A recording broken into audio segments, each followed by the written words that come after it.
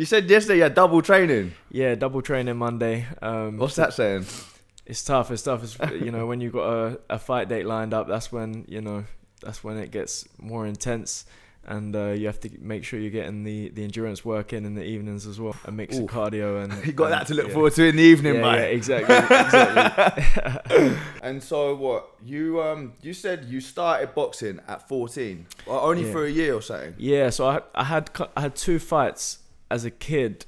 And then it was kind of like I had to pick. I was playing football at the same time for Brighton, and I had to... Oh, is it? You played for Brighton? Yeah, okay, I was going to get to this as well, but go on, carry on. So I started football aged 11. Where did you play? Played for a local...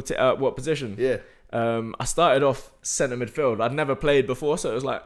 I was kind of like... You're young then, innit? So you sort of play everywhere as well. Yeah, you play everywhere. I was looking for... I kind of just looked up the best local team. And it was like with the 2000, they were like top of the league. I was like, I want to go play for them. So turned up to the pre-season or whatever, started playing, and then because like my mindset was just like, obviously from karate before, we haven't gone into that yet. But but my mindset was kind of like a student, so I was just like, if I'm in something, I'm in it where, you know, I want to practice every day type thing, and so I started playing for them, and then kind of developed quite quick. And that same year, Brighton, at the time, they weren't in the Premier League, but couple leagues down. But they scouted me from within 2000, but because I hadn't played, that was my first year of football. They were like, there's usually like a 6-week trial process that you go through. But they were just like, look, you haven't played much before, just come and train with us for the year, you know, and we'll see how you get on. So I was training for with Dean and for Brighton at the same time, and playing for both. And then at the end of that year, they signed me for 4 years. So Brighton did. Yeah. And how old were you at that age? That was under my first season with them was under 12s. So okay, that's like academy. Yeah, academy. Yeah. So it was under 12s to under 16s. Oh, I didn't grow until late. Yeah. So it was kind of like, I didn't necessarily have the strength and speed needed at the time. So that, I think that was one of the main reasons. But yeah, it was kind of like I played for Lewis after and an academy, like a college football academy after. And at 18, I was kind of like, I don't even like playing football. Like 11 aside, I was like, I don't really even like enjoying it no more. So that's when I kind of thought I'll try boxing again, and then, you know, that was all she wrote after that. Well, how old were you at this point then? So at this point I was 18. I had another year left of college football, and that season I actually stopped playing for the college. I was just like, my head's not in football anymore. So that's when I kind of got back into boxing and started training, you know, with the mindset that, look, I'm 18.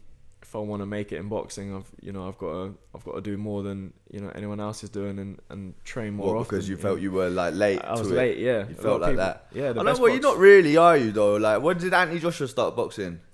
About that age, isn't it? He started late as well, but he's a heavyweight, and it's slightly different. In the lighter weights, there's a lot more. I feel like in the lightweights, there's a lot more to learn. Like there's a lot of very, very skilled boxers in the lighter weight classes. So you have to to level up. There's a lot to learn. Yeah. And a lot of boxers that are successful start as kids. They start at 6, 7. Mate, there's some videos on YouTube, on like Insta, I see these days, of these little youths out in like Eastern Europe and that, and in Russia and shit, bro. They're fucking breaking trees up and that. It's nuts, you mate. See kids on the Mayweather pads at age 8. Yeah, exactly. Crazy. It's crazy, bro. And to eventually compete with the top guys, you have to have that experience, and if you don't, you have to make it up. So when were you doing karate then? Before all this? Before all this. What, Shotogun? Know about that one? The Shoto Khan, yeah. I was Wadaroo, bro. Is that not you? I don't know my catters, bro. Yeah, the Shoto Khan. I see them guys in competition, though. I see a few of them guys going in. Is it?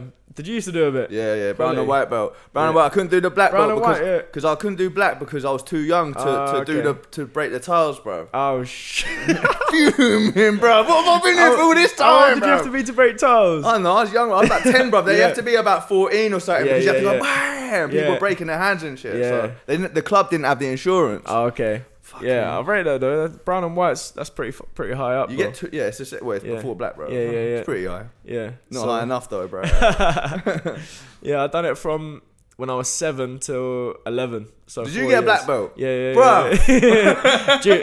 Junior black belt. I think you have to go and do it as an adult to get the official. What, first dan to? Yeah. So you know, I got to. I enjoyed more the sport karate, like with the competition, the kind of kumite, I think they call it. It's like the competition on the mat. So you got the carters, which is like the Shoto like the kata. Shit, the fucking choreographed shit. Yeah. So I was training.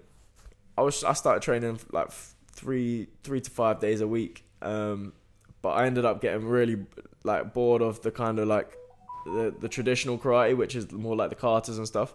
And the sport karate, which is the kumite, was like once a week. But I enjoyed like the competitions, going to different competitions to like compete. And how'd you get on? Yeah, I won 2 British championships, 2 British titles. No way. Yeah. My guy. And, okay, not just a boxer, not just a footballer. But that was like martial arts was always kind of rooted, you know, something I enjoyed and something that I knew, looking back from that age, I knew that would be some type of, you know, combat would probably be, you know, the path that I walk. But yeah, so then in the pros, bruv, you said man are trying to hurt each other and that. Yeah, it's more about, you know. And I heard, Paddy told me this actually, bruv. Shout out Paddy, bang bang. Paddy told me you broke his jaw in the 4th round. Yeah? That's what I heard. Is that what you done? Yeah. Did you do that? You're deep, bruv. Should I have a little watch? How you feeling at this point? You blowing?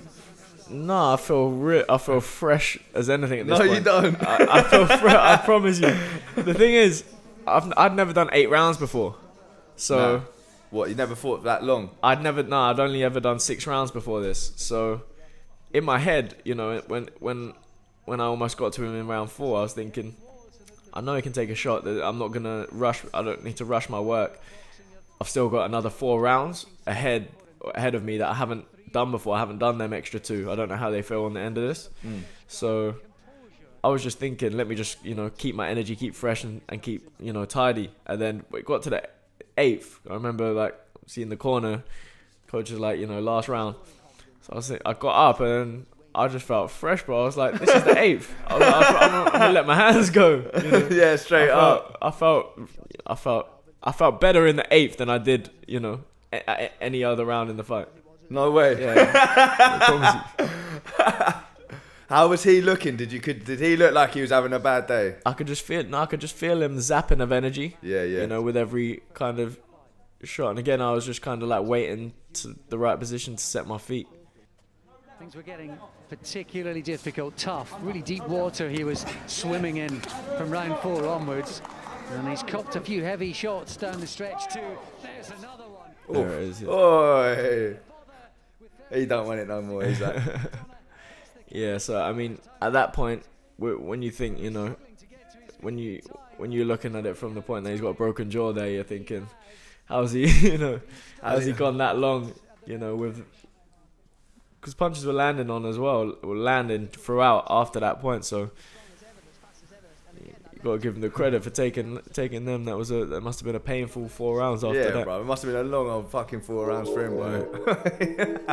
Oh shit, no, you don't want it. Oh, lovely, well done, mate. That's a good bit of work, that, man. Yeah. That's episode 3. I think that's wrapped up, man. Yeah. Big up Harlem Eubank for coming through. Thank you, brother. Thanks for having me, bro. Big up yourself, cuz. Bang, done. I ain't fooling. Don't wanna get old and you don't cool in. That's not. Even when I'm older, if I'm still here, I wanna make. Let's get closer.